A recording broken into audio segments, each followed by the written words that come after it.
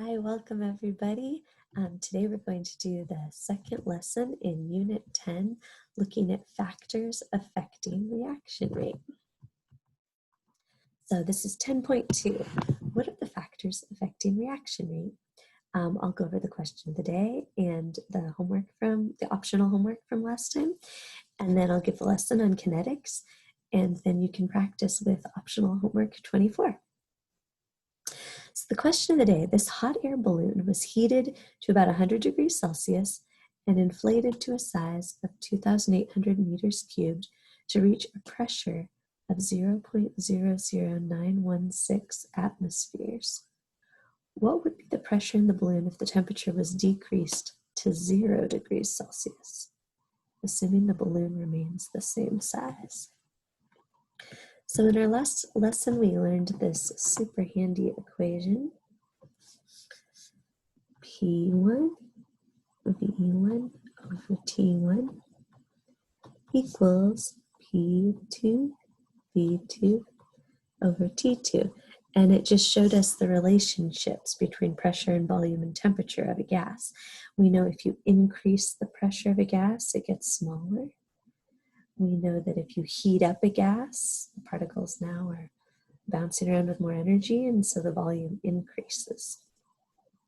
And if you change any one of these factors, we can figure out what will happen to the other factors in response, because 1 mole of any gas always takes up the same amount of space at STP. So we can see, no matter the gas, what will be the pressure and temperature, etc.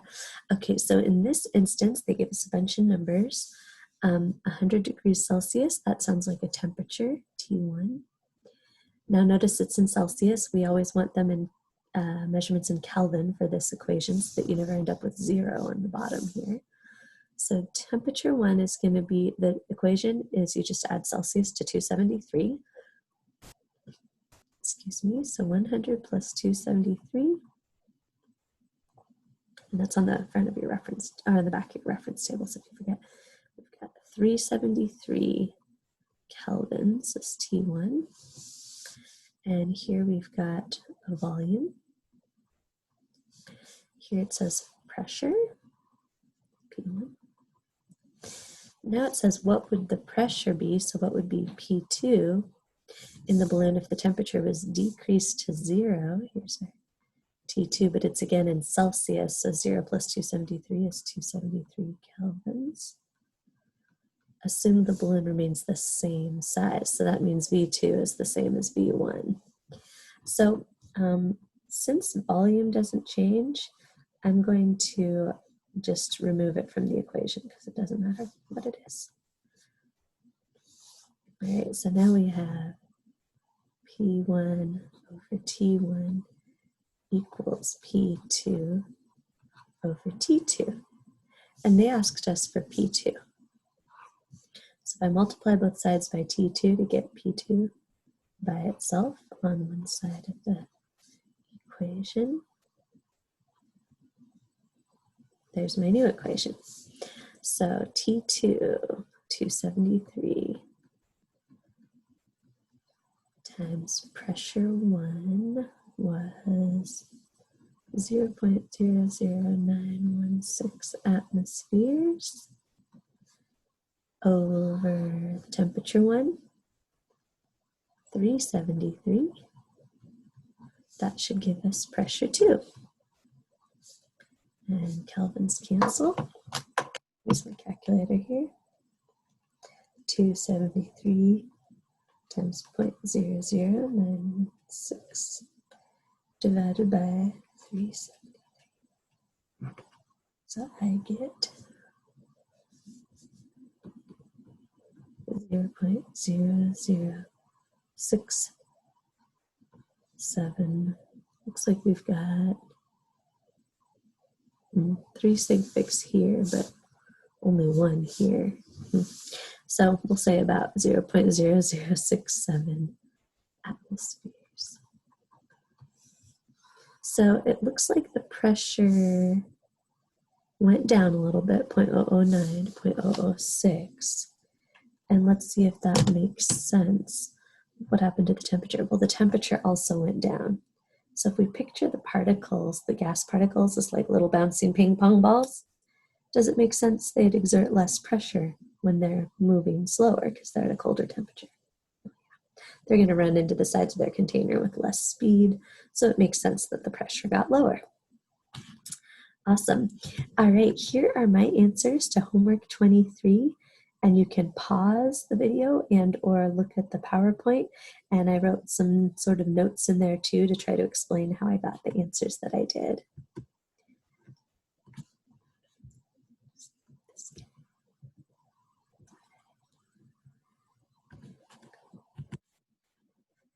And here's, I use the equation again, combined gas law. Awesome. All right, so today's lesson is 10.2. What are the factors affecting reaction rates? So first thing to know about kinetics is that reactions actually don't always happen. Kinetics, by the way, I should say, is all about speed of reactions. So reactions actually don't always happen. Why not? Well, let's picture what a chemical reaction actually is. You guys know that it's the breaking of old bonds and forming of new bonds. Well, what has to happen for that to occur? We're picturing kinetic molecular theory, picturing these particles all bouncing around. For a reaction to happen, they can't just like pass each other in space. They have to run into each other in the right way. Picture this lid on the chapstick being, we'll call that a chemical reaction, all right? These are just particles bouncing around at random, you know? If they bounce each other like this, no reaction. Or like this, no reaction. Or like this, no reaction. A reaction, or if they're going too slow, won't be enough energy to make the reaction, right? They have to hit each other in the exact right way and with enough force, enough speed. Otherwise, the bonds from before won't break and the new bonds won't form. So the particles have to have enough energy to be able to break the old bonds and to form new bonds, and they have to have the right orientation, meaning they have to be facing the right direction for the reaction to happen. So reactions only happen when the orientation and energy of the colliding particles are conducive. So the key to today's lesson, and a real key to kinetics, is thinking about effective collisions. What is going to increase the likelihood of two particles coming together in the exact right way and with enough energy for that collision to be effective to make a reaction happen? So we're going to look at some factors, 6 factors that affect reaction rate. And if we were in class, we would be doing a mini lab next called Race to the Fastest Reaction. I'm going to try to do a sort of online version of it for you in the next lesson, so you can think about that. How could you manipulate these factors to make your reaction happen the fastest?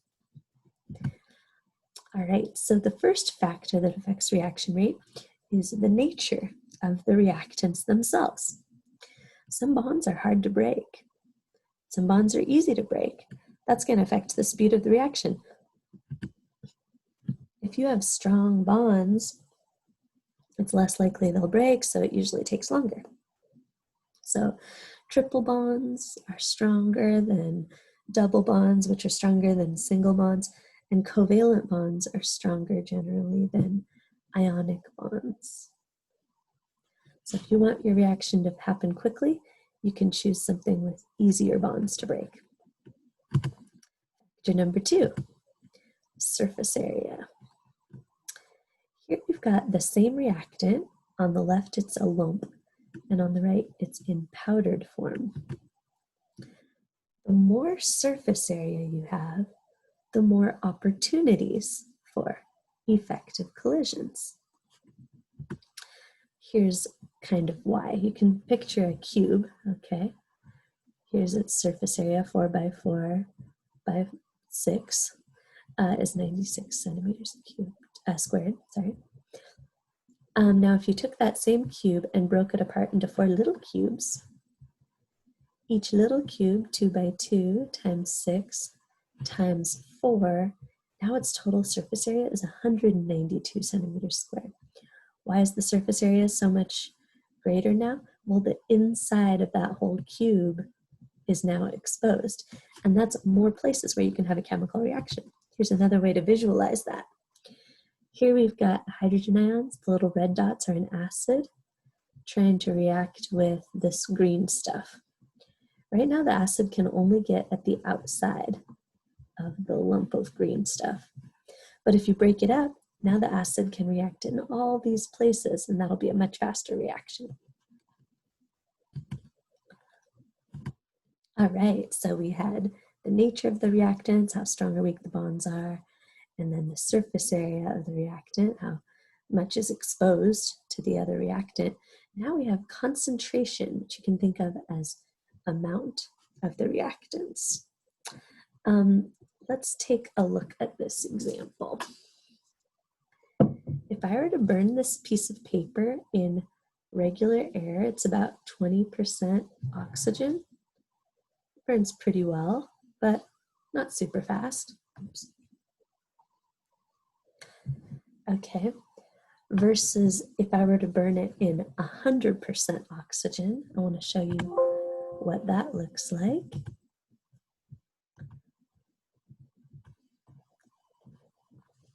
So in this beaker, the chemist already did a reaction actually similar to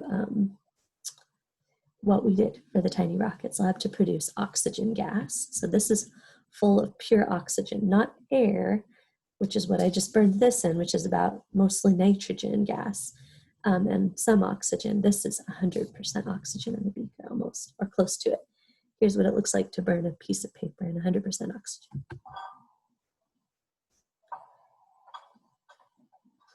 Okay, they're producing more oxygen in there. Woo! So you saw that big fireball. That was burning in pure oxygen. Here they're making more oxygen.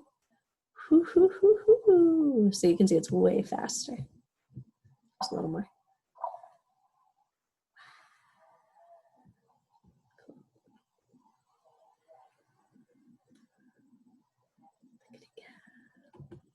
Cool.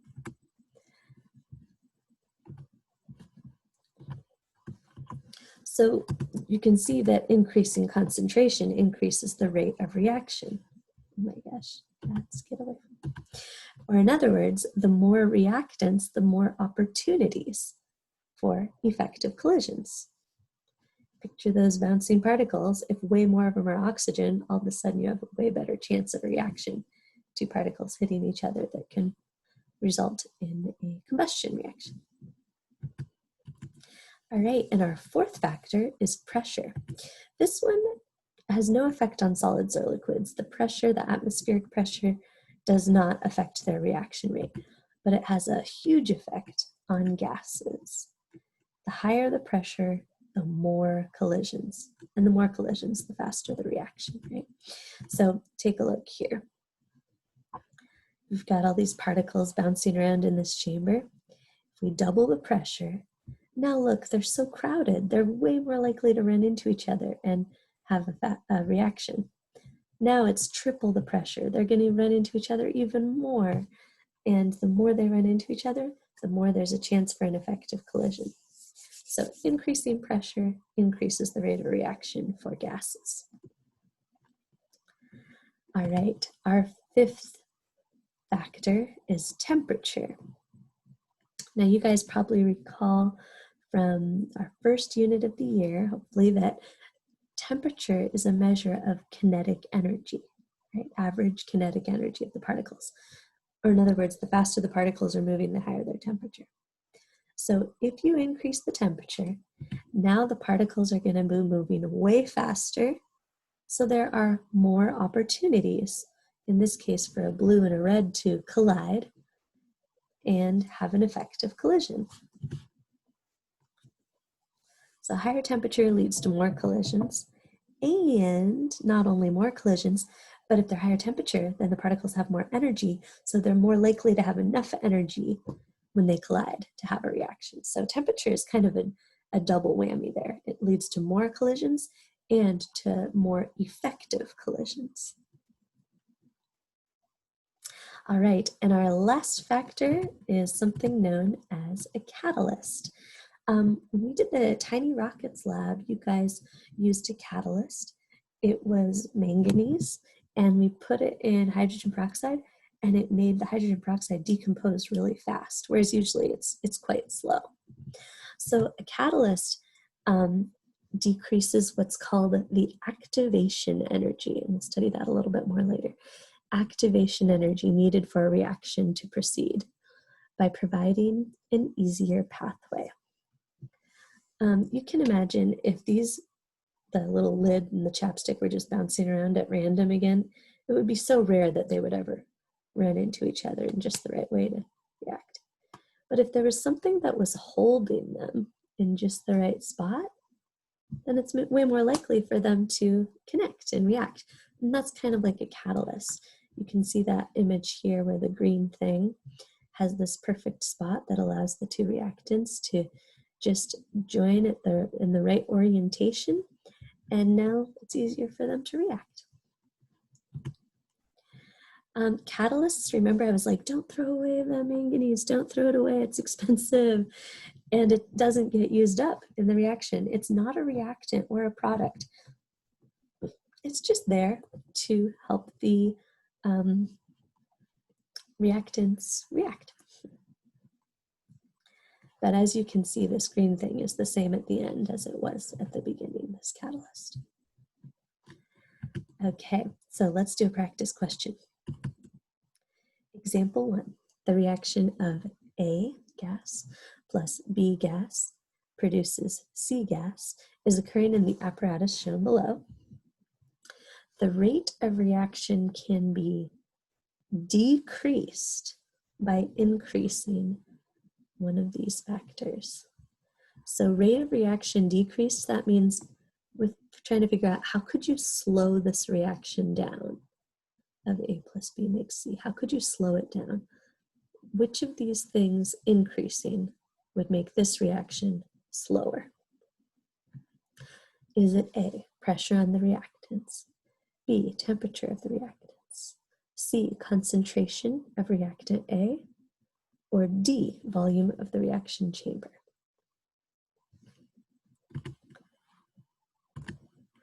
Awesome, yeah, it's D. Okay, if you increased pressure, that would actually make the particles have a higher chance of having an effective collision. It would increase the rate of reaction. If you increased the temperature, now the particles are moving faster and they have more energy, so much more likely to have an effective collision. That would increase the rate of reaction.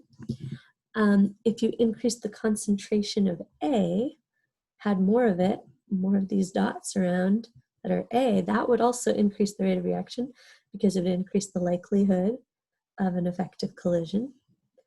But if you increased the volume of the chamber, now the particles would be more spread out and less likely to run into each other, less chance of an effective collision. Awesome, that's it for today, you guys. Here's your optional practice, homework 24. You can pause on these screens and or look at the PowerPoint. And I will solve all these problems I'll give all the answers in the next lesson, 10.3. Thanks, have a wonderful rest of your day.